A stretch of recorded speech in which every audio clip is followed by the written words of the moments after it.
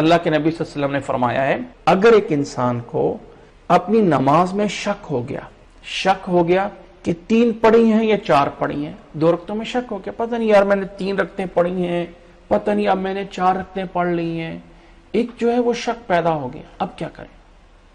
اب یہاں پہ شریعت اس کو کہتی ہے 2 طرح کے معاملات ہیں۔ یہاں سجدہ سہو کے 2 طریقے ہیں۔ کہا بندے غور کر اپنے دماغ پہ، تجھے یاد کتنا ہے؟ کچھ تھوڑا سا ہے؟ کہیں غالب گمان موجود ہے کہ 3 ہیں؟ اگر آپ کو 4 ہونے کا یقین موجود ہے لیکن اس میں 10%، 25% شک ہے کہ کہیں 3 نہ ہو گئی ہوں، تو اسلام کہتا ہے اس کو 4 سمجھ لے اور 2 سجدے کر لے۔ اللہ نہ کرے اگر 3 ہوئی بھی تو یہ 2 سجدے اور 4تھی رکعت کے قائم مقام ہو جائیں گے۔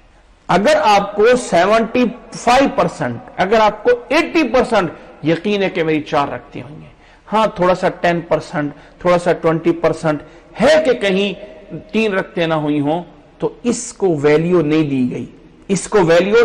دی گئی ہے۔ فرمائے اس کو چھوڑ دو، 4 سمجھ لو اور 2 سجدے کر لو۔ لیکن اگر آپ کو 50% پہ آ گئے ہو، برابر ہے، پتہ نہیں ہے 3 ہے یا 4 ہے، پتہ نہیں ہے 3 ہے 4 ہے، کوئی غالب گمان ہے ہی نہیں ہے، تو اب شریعت کہتی ہے جو یقین ہے نا اس کے اوپر بنیاد رکھ، ابن علی مستیقن، کہ جو 3 تو یقینی ہے نا، 3 ہونا تو یقین ہے نا، ان کو 3 سمجھ لے، 4تھی رکعت اٹھ کے پڑھ لے اور پھر بھی 2 سجدے کر لے۔ یعنی اسلام نے ہر حال میں شک کی بنیاد پہ رکعت نہیں ڈالی ہے۔ اگر آپ کو برابر کی ویلیو ہے تو پھر 2 اور 3 ہی سمجھو، 2 اور 1 میں شک ہو گیا تو 2 1 سمجھ لو، 3 اور 4 میں شک ہو گیا تو 3 سمجھ لو، ٹھیک ہے۔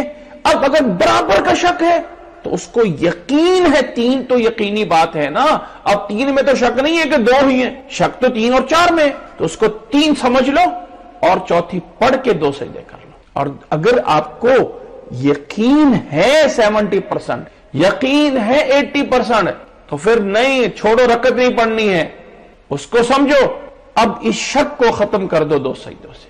یہاں اسلام کے نبی صلی اللہ علیہ وسلم سے سجدہ سہو کے طریقوں میں یہ 2 طریقے بنیادی طور پہ ہائی لائٹ کیے گئے۔